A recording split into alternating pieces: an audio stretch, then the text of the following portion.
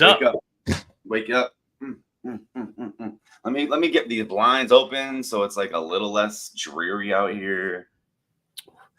What is up? What is up? Happy Monday out there in the world. Dude, I'm beautiful not here. That was all BS. That was all right. We're done. I'm done. You wearing a White Sox hat? Yeah. I have look, I'm one of those people. People are funny. They're like, "Oh, you're a White Sox." I'm like, I'm a hat fan. No, you're a hat and a shoe guy. Yeah. I have 177 hats, 177 shoes. I have no affiliation to most teams. But I'll be out and they'll be like, "Go Sox." I'm like, I mean, I wear them. Yeah. No. I just never seen that version of that before. That's cool though. I like that. There you go. And that's why I got it. Now you go. Kevin 101. Kevin 101. That's it. Hey, real quick. It doesn't feel right us doing a live unless we're taking out the brioche and just making sure that the animals are all doing well. Well, after a big week where we met each other finally in person, and here we go. There's some feeding of the ducks. You gotta feed the ducks sometimes. It's just I gotta get back to it. It feels good. It's like a foundational place. Like just the place is zen. It centers us. Okay. Came back from Miami. Feeding the knowledge. Holy jeez. Seattle to Miami, 6 hours. Dumb Kevin didn't realize I scheduled a layover from 11:30 at night to 6 in the morning. And let me tell y'all, here's one thing they don't have at PDX Portland. They don't open anything. Vending machines. I mean, nice carpets, really nice carpets. Like, I almost want to take my socks off. Probably too much information. But vending machines, none of them. So just very hungry, very tired, very thirsty. Couldn't sleep because I was tired and thirsty. And there's nothing open. If there's anybody from the Portland area that also knows anybody that runs the PDX vending situation, that you could please, can you talk to somebody? Thanks. Just checking. S'il vous plaît. How was your trip home? That was great. I don't know what this means, but I got sick immediately after Kevin left. Sorry. We became friends. I let it go.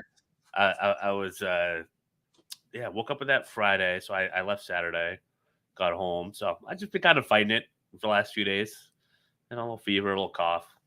Nothing crazy, but you just want to rest. I just want to hang out, little guy, my son, 177 shoes is crazy, Bradley. I'll be honest. Literally yesterday, my job. Okay, it's not 177. Okay, I have to actually admit it because I literally counted all the boxes yesterday, and then as I was like really sad about what I've done the last couple of years, it's actually 92 pairs of shoes, 47 of which I've never put on my feet and are going to get sold as soon as possible, because all I do when I walk into not my room, because I don't have any more space in my room, but my baby's room, it's just anxiety and despair when I look. It's just a whole bunch of like vacations just sitting in a box doing nothing. What inspires you to buy them in the first place? So what inspired me to buy them originally was because Kevin was making more money than ever, and then as a kid, Kevin had K-Swiss and Payless. So when Kevin was a kid, he was like, if ever I should get money, you know what I'm going to do? And I did it. And so this is literally it's funny that we're talking about this because I said this to my wife last night. As we're sitting in the room and we have like nowhere to sit in my baby's room, she's looking around and she's WTFing me. And I'm like, at least it wasn't cars.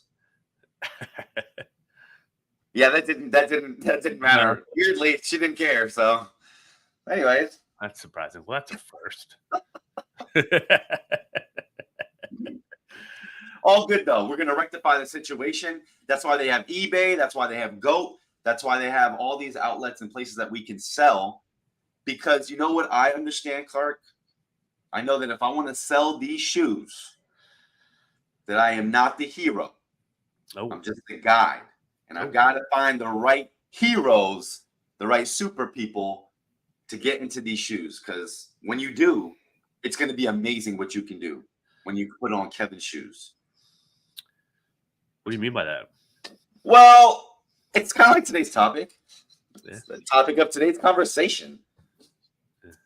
You know, there was in Miami, which was an awesome trip. Me and Clark just came back from. We had the opportunity to go talk to a group of people that are selling a service. And in any time in which there are marketing and sales, we both know that oftentimes the equation is backwards, in that most organizations think of themselves as the hero and think of their customer as the guide, and that's wrong. We're doing it backwards. How does that look? No, go ahead. I was going to ask, how does that look in practice? How does that look? Yeah, so for our audience here of recruiters, in practice, it looks like putting yourself into the driver's seat of every situation. So, you know, with your content, it's always about you and your placements and your wins. It's about your processes. It's about how you're faster, how you're cheaper, how you're better. In your messages, it's you know, again, it's going back to, you know, here's what we can do for you, right? So you're sending those initial messages to hiring managers. It's here's what our service is. Here's what we can do for you. And in your profile, you know, in your about section, again, it's all about your wins, your placements. It's all a reflection of the things that you are doing. Referring to yourself in the third person. Referring to yourself in those two, right? Those about sections are like, Kevin is doing this and Kevin is doing that. But they don't care anything about what you're doing until you care about them. Yeah. That's well said. And we want to talk about this because it's so incredible how hard this is for this topic for this idea to stick.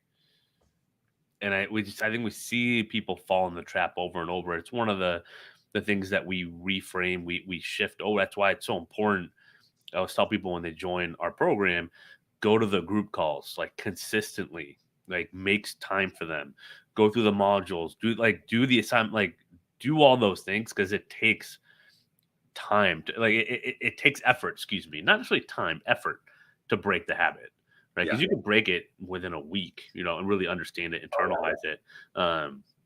I was listening to the Tony Robbins, Theo Vaughn podcast, and he said that's why we do 5-day, 12-hour day sessions. Like, it doesn't take forever to change the habit, but you have to be focused on it, singularly focused on making the change.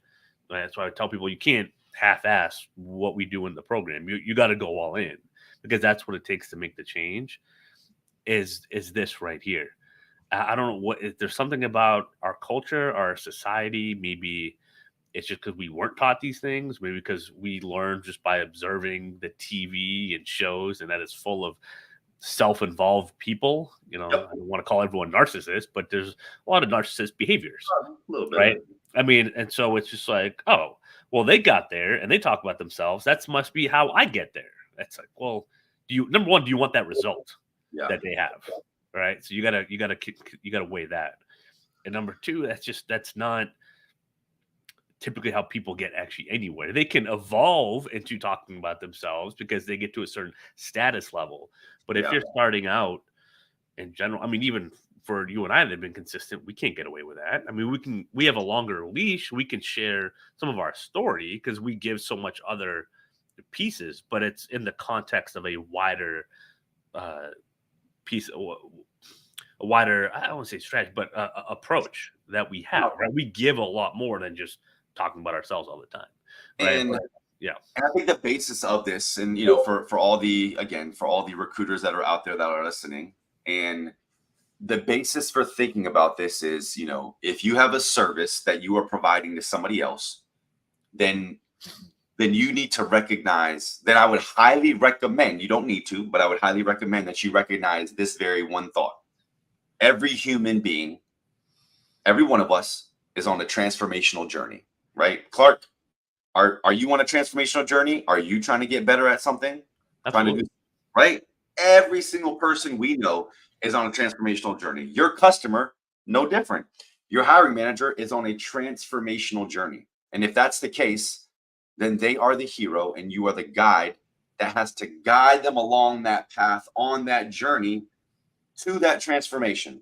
And I talked about it in my post today, right? You also are on a transformational journey as a business owner, as an owner, or as a recruiter.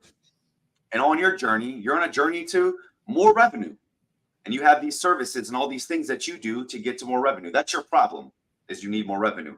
Their problem usually is they have this job, this placement, right? So how can you, knowing that that's your problem, knowing that that's their problem, how can you position yourself as the guide that's going to help them make that placement, right? You're going to solve their problem. And as a result of solving their problem, you will have solved yours, your revenue problem. What are some examples of guides? You know, my favorite. What's that? Jack and Rose. No, I won't. Titanic, anybody? No, some examples of some famous, Luke and Yoda.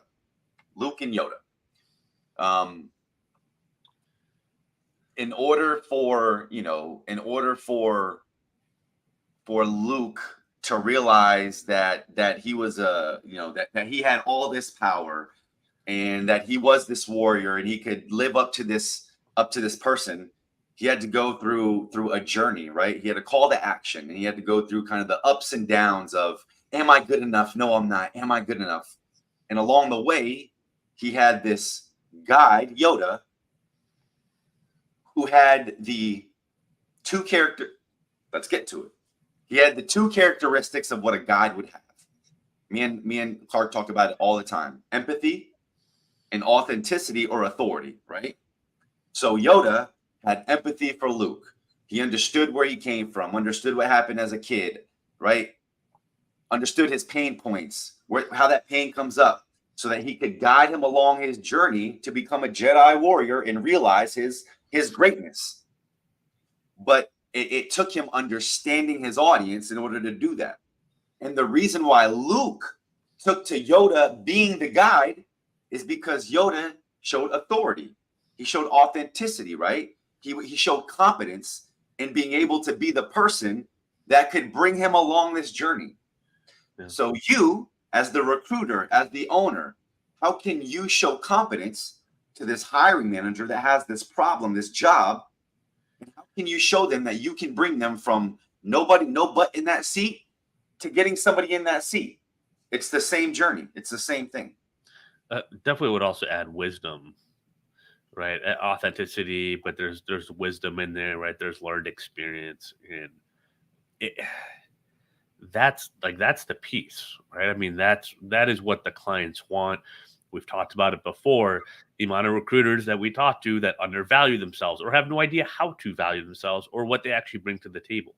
That if you can't answer that question, that's the first thing you got to figure out, right? If you're struggling getting sales or leads or getting good business, right, and you're working on with bad clients and bad recs and wondering when that's going to change, you got to look at, it might sound corny, your self-worth and how you're showing up for yourself and how that's coming across, right? Because that is, no one follows a guide that doesn't believe in themselves or believes like what they've done.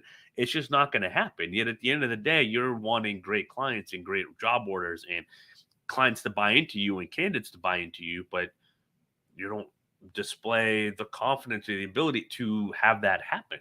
And the funny thing is, a lot of recruiters actually aren't that far away from it. A lot of them have actually done a lot of the work. They just have no idea to take a step back and what to actually make of all that and know how the market would actually perceive them or how to perceive them without maybe ruffling feathers, right? The kind of the what to say and permission to say it. But that's really it. I mean, that's the journey and the path to go through if you're at that stage. What does that look like for a recruiter that's like really close? That's they're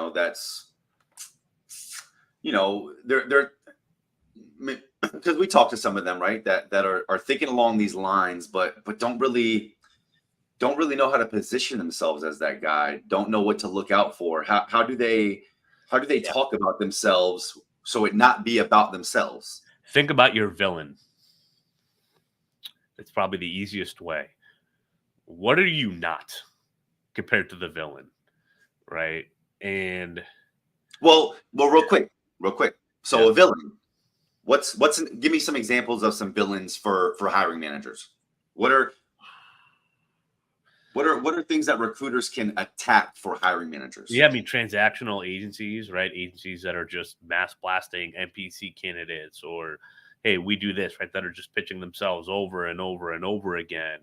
That are sending them resumes that aren't relevant to the job description because they didn't know how to properly qualify the job order to begin with, right? So the manager consciously or subconsciously is like, this is hopeless, right? And so they start treating the recruiter as such and as kind of a buffoon, as they should, because the recruiter wasn't the proper guide. But they're stuck with a bunch of people that aren't guides, that think of themselves as the hero, that aren't getting the job done, right? So they just get more and more annoyed, in a lot of cases, rightfully so, with agencies. Sometimes And it's their internal managers, if it's and think HR. and right? Okay, so a villain being transactional salespeople, right? So as you, the recruiter, right? Are there a paid team of highly trained specialists that are only there to waste your time in all the ways possible? Are they there to send you candidates that they know will never stick because they just want a dollar? Like, how can you make that transactional person like a real villain? Because all they're doing for those hiring managers is wasting their time. They're adding distractions to their plate, right? But you, as the consultative person that really cares about their problems, how can you make this transactional person in the minds of your hiring manager be like, commercials where they'll make, if the product is a vacuum, they'll make dust bunnies be like these snipers with guns, and they're out there, Yeah. and the vacuum's there to protect you This from the is there to dust, ruin your day. right? Yeah. Like, exactly. How can you make time and distractions in that transactional selling You got to feel like that stir it villain? up. You got to stir up the emotion. Got to stir up the emotion. How do you Right. stir up the emotion, Clark? So, Leo, to answer your question, doing LinkedIn research, they have 2 open jobs, 30 days. Can I guide the right candidate? So it's interesting. So you're thinking of this tactically, but we're talking about it strategically. Now there are tactics to execute, right, on the overall strategy of being a guide. But right now we're more in talking about internalizing, kind of almost like a state of being. I know it's very, very, very Zen, maybe like Bruce Lee type stuff, but it's true. Well, It's kind of just looking at yourself as a guide. Maybe you haven't found the clients or the right clients yet, but that is just how you are presenting, right? You're not asking for permission to be a guide. You just are.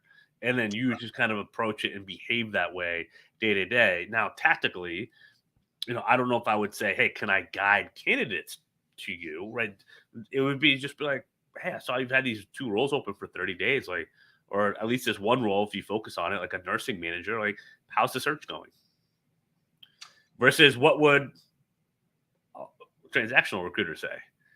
Right? Oh, we can knock that out for you. We can find that person. Can you? Who are you? You don't know what I've been through. You don't know who's worked on this. You don't know how many candidates, right? Like, that's the difference between assuming you're the hero. I got this. I can fill it before I've even talked to you or know anything about the search. Versus a guide is, well, talk to me about, like, what's this? Like, what's the search been like? What do you guys try? well, and also the reason why they need a guide, and most people don't think about this, is because all customers are suffering from 3 problems. And again, the great Donald Miller is the one who explained this to us: internal, external, and philosophical problems, right? And so, just to bring it back to the strategy of what we're talking about, when you have a hiring manager that has an internal, external, and philosophical problem, you have to guide them along the path because they're not aware of these problems. They're probably aware of the external problem, right? The external problem is that they have a job that they need filled. There's a seat open, right? And so there's tasks that are not being completed. That's the external problem. The internal problem for that person is that as a result of that seat being open, they don't get home on time. They haven't gotten on home on time for 3 months, right? Yeah. The philosophical problem is is that they're sick and tired of working for corporate entities because they never get the support they need, right?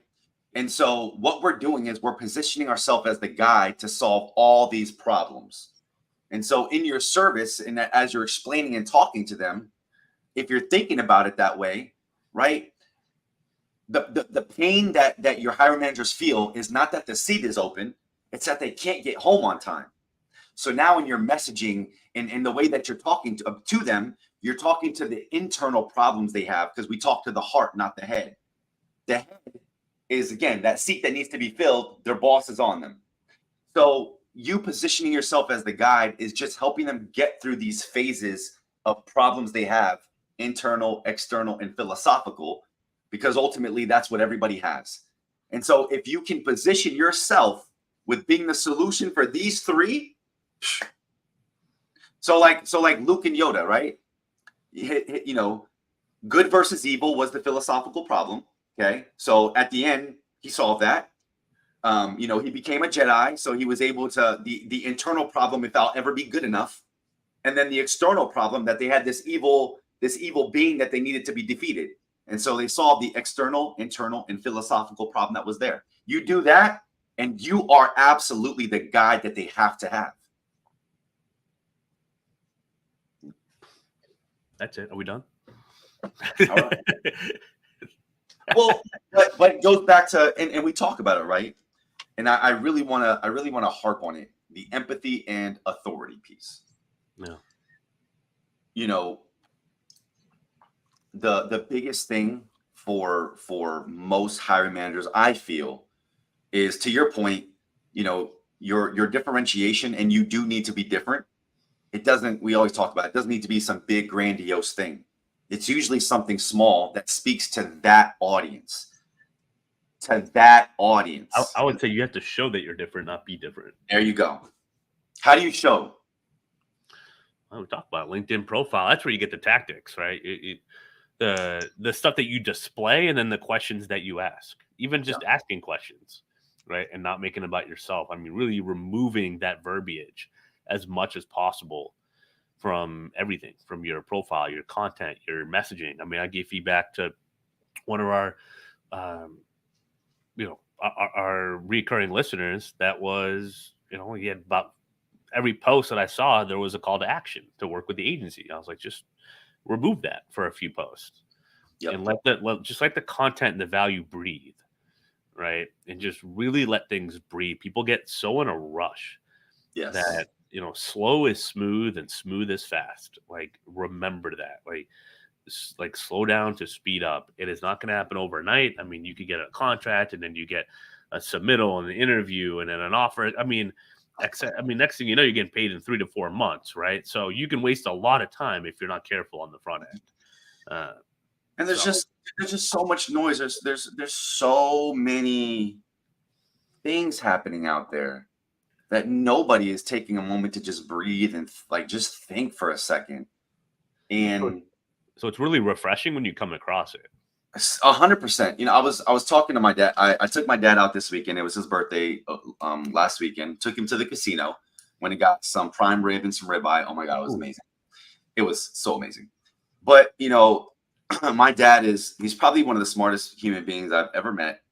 And all my life, he's always had this frame of thinking, but he's never read the books I've read, or it's just, this is who he is.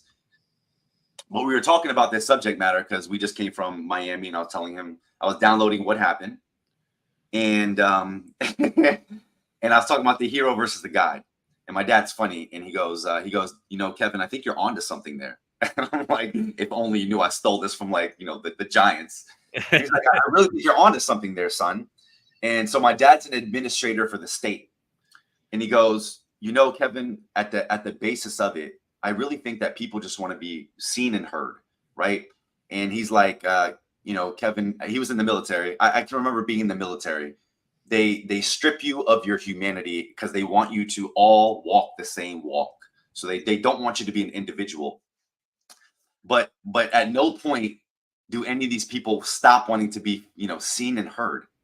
And so, as he would go up in the ranks, and my dad became the highest enlisted rank you could, between that and then what he does now as a civilian, he said he did this and does this all the time.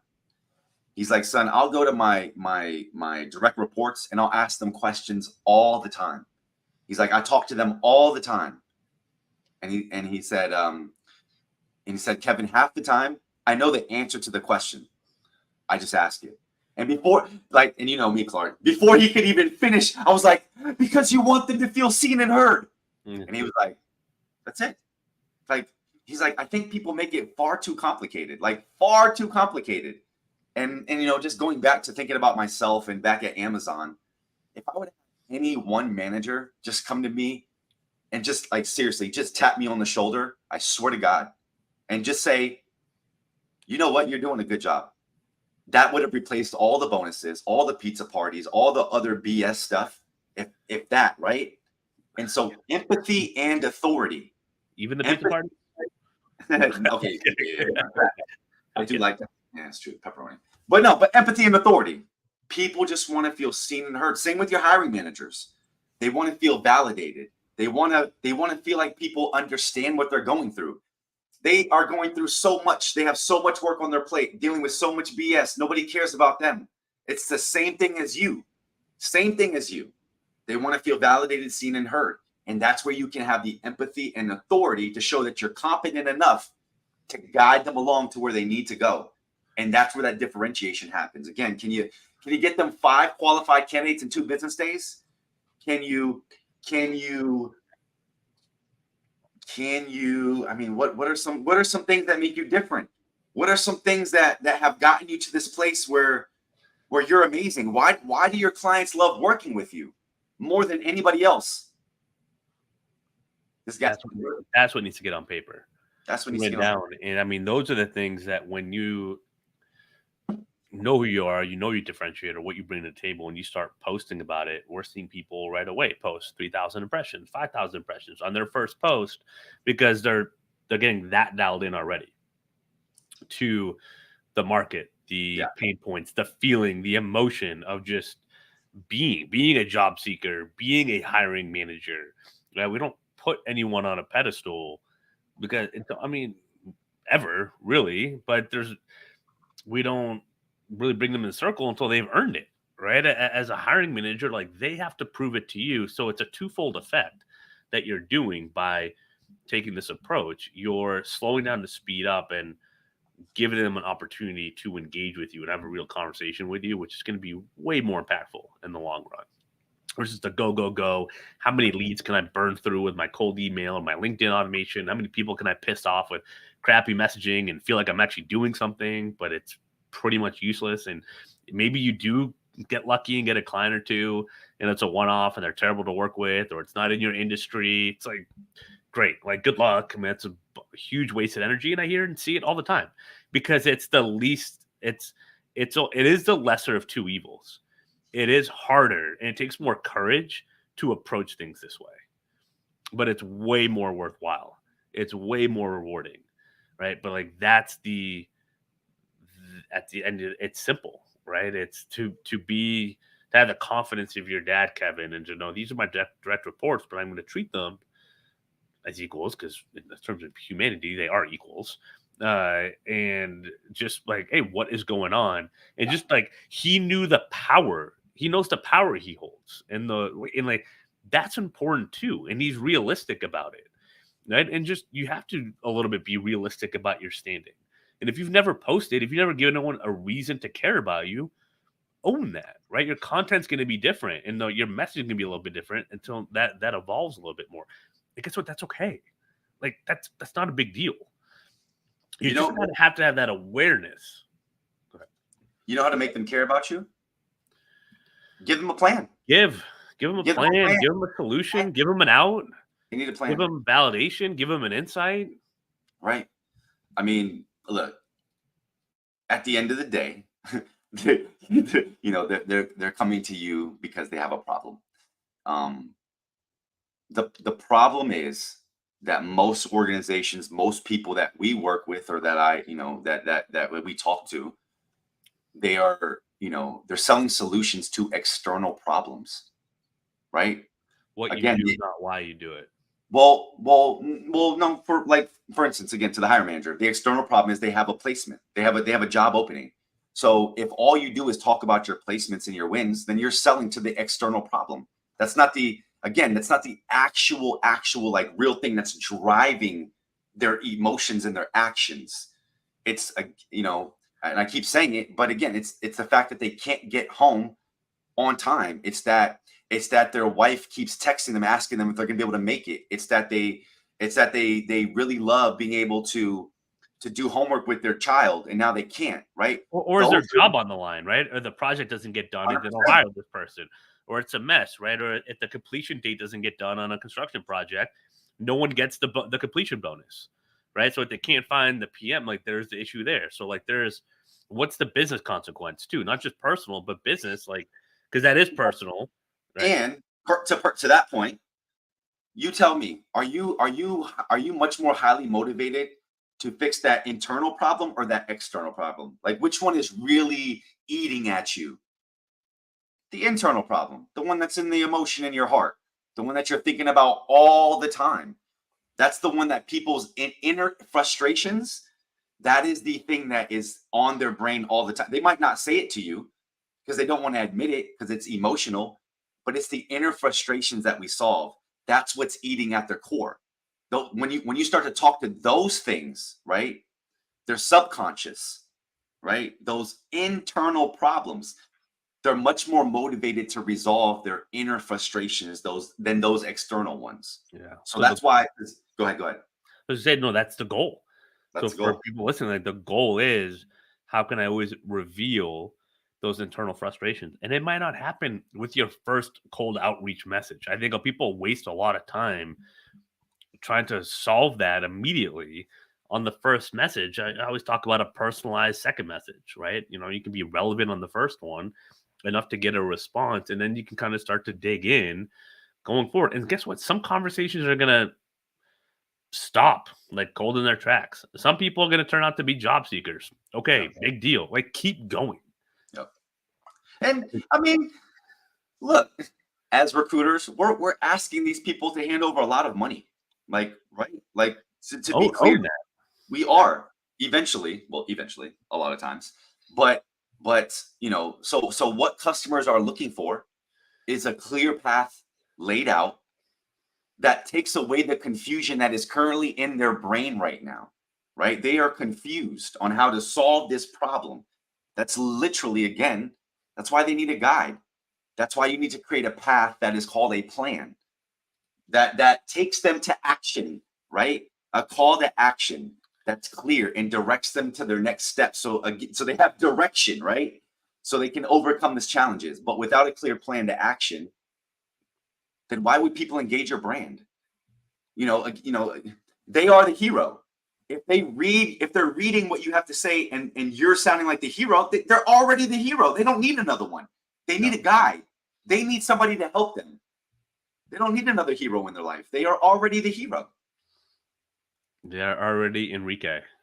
They are be my hero, baby. Let me see if I can bring up. I'm going to bring up something for us, but we can keep going. Let's see.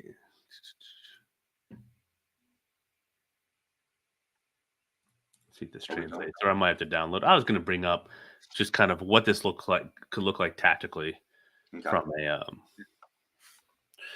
just from kind of an execution standpoint. But yeah, I mean, I just remember talking about it in our presentation last week. Just it was really hard for people to drop a client or to me, I don't view a contingent client that's difficult to work with as a client. And I don't know. I mean, I think there's a little bit of a segue here from what we were talking about, but I don't know. I kind of want to talk about. I don't know who we got on here or who's live, but anyone been in that spot where they've had a client or two, maybe that's all they've had on the table, but they treat you terribly. They don't give feedback. Like you probably know what's gonna, but you've still been working with them, right? Anyone? Well, there's not. It's still within the same, right? Because there's hero worshiping too, and we don't do hero worshiping. We just present, we think of our customer as a hero because it just allows us to put ourselves in the mindset of being curious, right? That's kind of all it is. What we don't want to do is be, we don't want to be order takers. We don't want to be, we don't want to be, well, we want to be the expert. If they're hiring you as a recruiter, as the job expert, then you should be the job expert. You're on mute, by the way. But I bet I was coughing. no, you're good. But to that point, right? Along that way, oftentimes I think we heed too much of the responsibility to them in this process because sometimes recruiters are either junior. Actually, there could be a number of reasons. Who cares? But we give too much power to the other side, thinking they know what they're doing. But again, they don't. That is why they literally are hiring you. So it's so important that you come with good questions, good ideas, good statements as to how this process is going to go.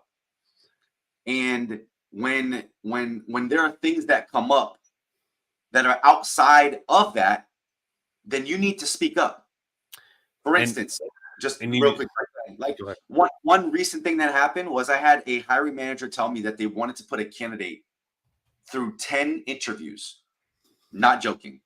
And I was like, okay, why? Tell me why.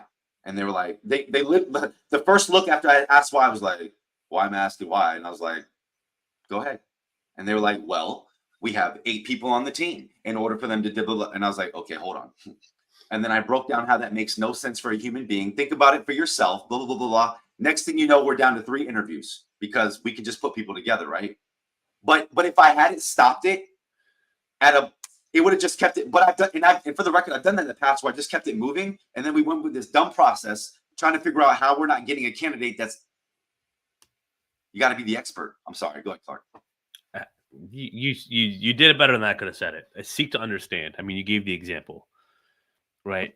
And I was going to say every step of the process, not just the discovery, not just the intake, but the submittal, the interview, the offer stage. Like, why are we doing it this way, right? Or you make a certain candidate wait 2 weeks, but you won't give a candidate who you gave an offer to 2-3 days to figure it out, right? And know that if they are going to get a counter offer as they put in their notice, like, give them some great, like, give it an extra 2 days, right, to like close the deal. And as the recruiter, be the leader to say, like, yeah, we're gonna have this wrapped up by midweek, but we're gonna give this candidate, like, his company is gonna give a counter. Like, sometimes it just is what it is, right? If you want to be treated a certain way, you have to treat others that way as well. So it's seeking to understand to be able to do that. And I think too much I see it's so easy to get wrapped back and, oh, this is about me, or they're going to hurt me, I'm going to lose my commission. It's just like, stop. Like, your commission in the whole process, as far as the universe cares, is like the 20th most important thing in this process. Well, and how we're talking about it, when we're saying they're the hero, you're the guy, like, it's not saying you always have to have an answer, and it's not saying you know everything either. Like, it's both, right? It's actually the opposite. It's yeah, exactly. And so that's the genuine curiosity is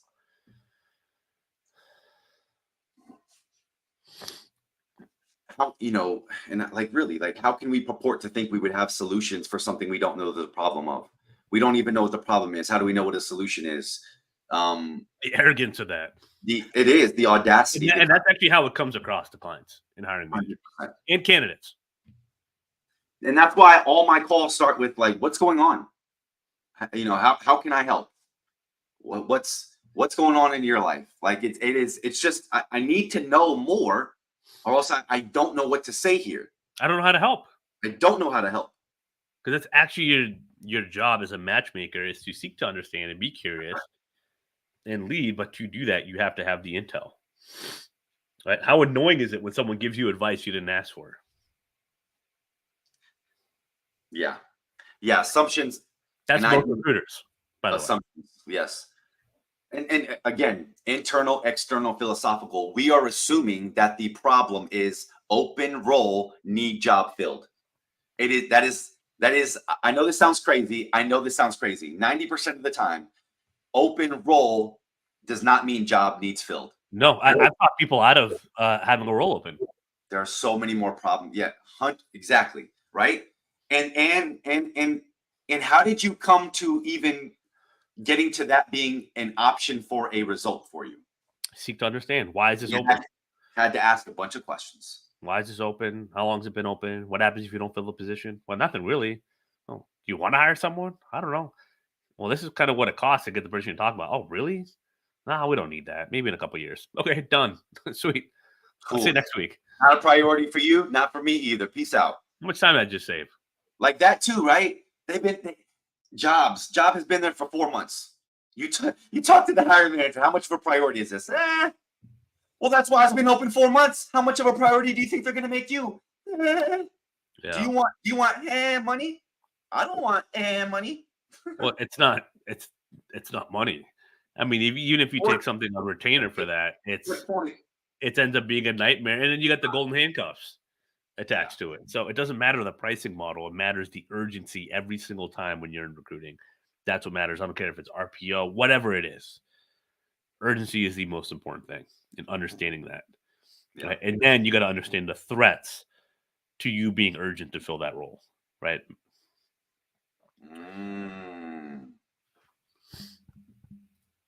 You know, one of the threats that was, and I mean, again, we hear about this, but just because it came up in Miami a lot, is when you're not clear on this relationship and who you are in this relationship, the hardest thing I hear everybody do, and the thing we give permission for the most, is what to say next.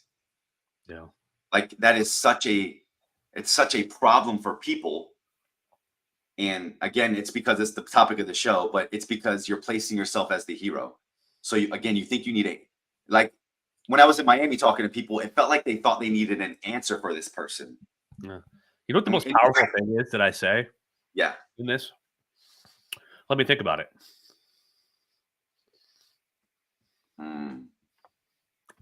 If I don't have the answer, or if I actually need to think about it, let me think about it. I'll get back to you. Let me ask you a question. Why do you think people have a problem with silence and like that? Because that's not silence, but that's that's not an answer. So it's so like in our calls, right? We'll have a moment, we'll ask a question, there'll be silence. I've been with other people where they just can't handle that awkward, to just let it, but this is the same thing. This is an awkward, hey, you need to think about it. I'm going to think about it. Let's come back and talk. Like, why is that such an issue to give people the time to you get in your head that I think success is you have to close them, but you have to have a one call close or figure it all out. It's like, who cares? Wait, flu game. But I want to close good business. Good business isn't rushed, isn't forced, doesn't throw out bullshit and numbers out of nowhere. It's intentional. It knows what it knows. It knows what it doesn't know. And when it's faced with something it doesn't know, it says, let me think about it and get back to you. So an interesting thing about the guide, Clark, that we know is sometimes the hero isn't ready, right? Ooh, One of the awesome things about being a guide is if you're actually truly a guide, then to what you said just a little bit earlier about, not closing a deal, like having somebody wait or telling somebody like close that rec, like you're not ready to fill that seat. Sometimes you need to be the guy that tells them they're not ready, right?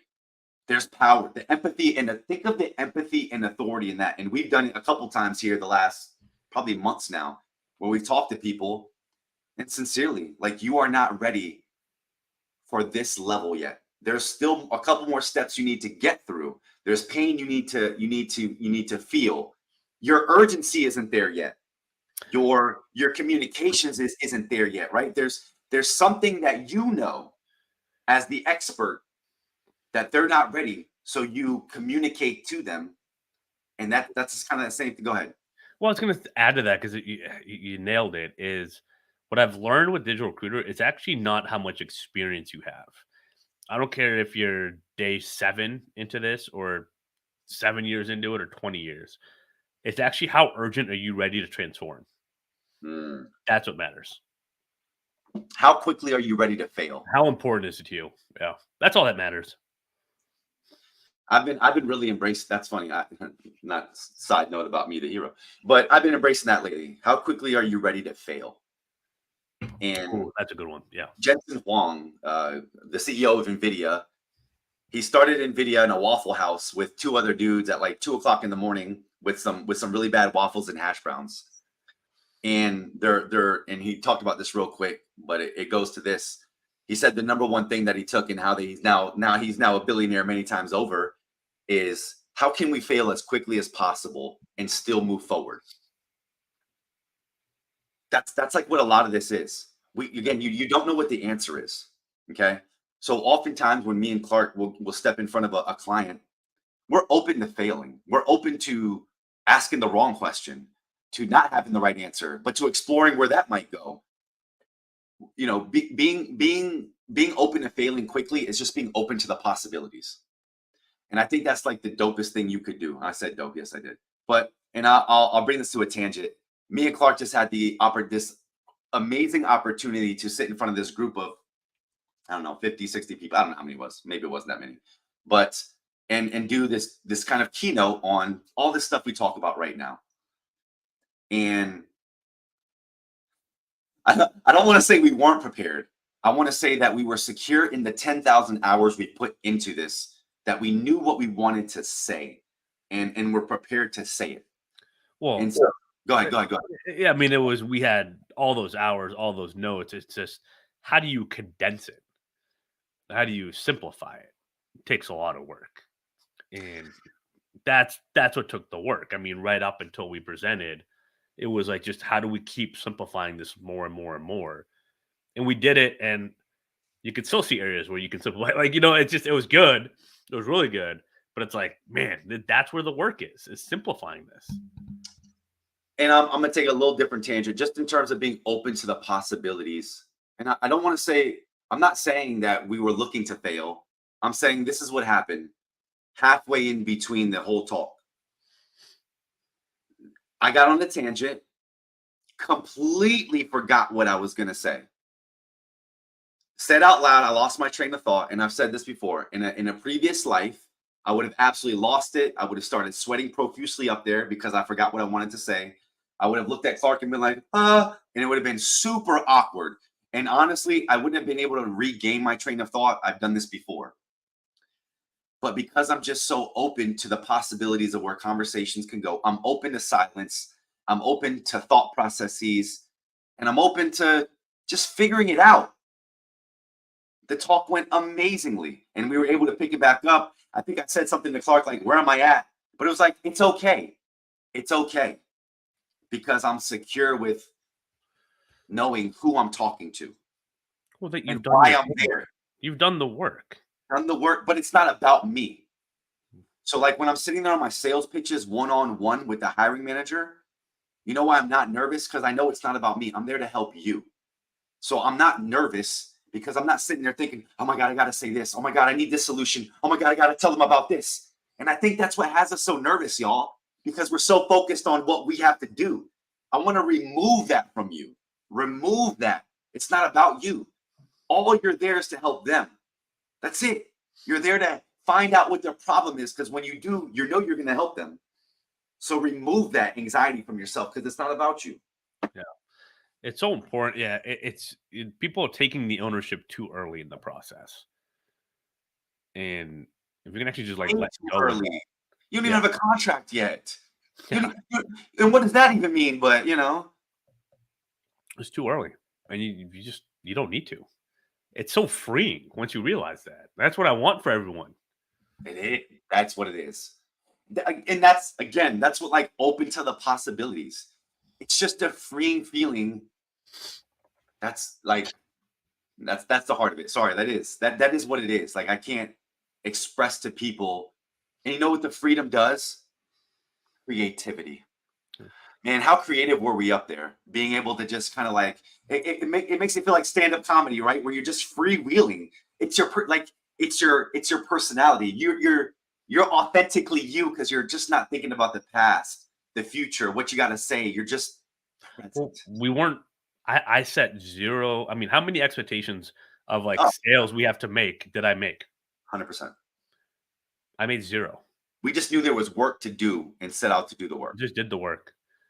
Just did the work. We'll find the people. We talk Yeah. about what we know, what we see matters to recruiters in this market, all that. And then we did a workshop for an hour, and man, people came alive, right? The people that wanted to, some people didn't want to participate. I don't give a shit. You know, people that wanted that were all in, those are my people. I'm all in. I got you. We were fixing headlines, about sections, writing content for people, people's first posts that were getting 10, 15 likes, right? That I was writing with them on the spot, right? You know, about sections, all that stuff. And like, Redid 3 about sections. yeah, I did a few more myself, and I'm following up with some others. And it was the presentation was this is what we got, and we let people raise their hand. I love what you got. Like, here's my question of here, here, and here. Okay, great. Let's focus on it. Right? We let people reveal themselves versus putting expectation on. Well, we got to present so we can close 10 deals and do yada yada yada. It's like that doesn't work that way. You can't give your best self that way. Well, when we went in there, understanding that we had to sell to the heart, not the head. So again, like we didn't go in there full force with our like, look, our solutions are badass. Like we know our stuff, but it doesn't connect to anybody until we connect with somebody. So we had to sit there and connect with people. We had to ask them questions. We had to be genuinely curious. Like I think our first 3 slides are just like, here's why you should listen to us, right? Authenticity, authority. If we're going to come up here, you should probably know who we are. But then the 4th slide was, why are you here? Why did you join this group? What problems are like, how can it was all this because how on earth could we think that we have anything to give to you until we know you a little bit? Yeah. And that's that genuine curiosity that you can come to your customers, your clients that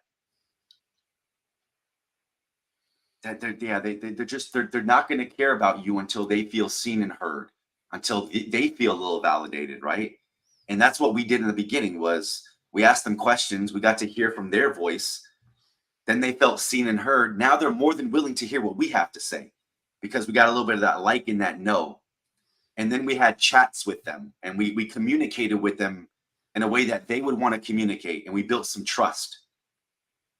And then we'll see where that goes. But that's a great place to start versus what do I need to say? It's not about you. Who cares? It's be more genuinely curious in their problems than your own. And I think you'll be fine. That's it. That's it. So where to start? I mean, write down what are the problems, the hiring managers. What are your differentiators? What are your strengths? Right? Are those shown on your LinkedIn profile? Do you talk about that in your content, or is it all about you?